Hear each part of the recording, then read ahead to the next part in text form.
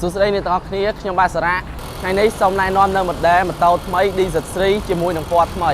បាទដឹងហើយថាម៉ូតូ DZ3 គឺជាម៉ូដែលរបស់ GPX គឺជាម៉ូតូម៉ូដែលថ្មីដូច្នេះក្រុមហ៊ុន GPX បានបំពាក់នៅប្រព័ន្ធទំនើបទៅលើម៉ូតូមានដូចជាថាប្រាំង ABS ទៅលើប្រព័ន្ធប្រាំងរបស់ម៉ូតូ GPX គឺជាប្រព័ន្ធប្រាំងដែលជួយទប់លំនឹងរបស់ម៉ូតូនិងបំពាក់ជាមួយនឹងភ្លើង Full LED ភ្លើងគឺជាប្រភេទភ្លើងសច្បាស់ល្អមិនតែប៉ុណ្ណោះម៉ូតូ DZ3 បំពាក់ជាមួយកង់គឺជាកង់ដែលជាកង់ប្រភេទទប់លំនឹងនិងកង់ដែលអាចជិះបានគ្រប់ស្ថានភាពផ្លូវមិនថាផ្លូវគ្រួសក្រហមឬក៏ផ្លូវកស៊ូគឺយើងអាចជិះបានគ្រប់ស្ថានភាពផ្លូវមិនតែប៉ុណ្ណោះ DZ3 គឺបានបំពាក់ជាមួយនឹងកុងទ័រជាប្រភេទកុងទ័រ Full LED ជាប្រភេទកុងទ័រច្បាស់ល្អដែលយើងអាចមើលគីឡូមើលម៉ោងចម្ងាយផ្លូវដែលយើងបើកបរនិងបំពាក់នៅជាមួយប្រព័ន្ធបញ្ចុះកម្ដៅ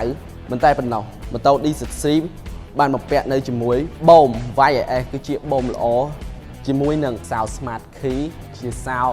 ដែលល្អមានសុវត្ថិភាពការពារច្រើនមិនតែប៉ុណ្ណោះម៉ូតូ DZ3 បំពាក់ជាមួយកែបធំទូលាយមានផាសុកភាពទន់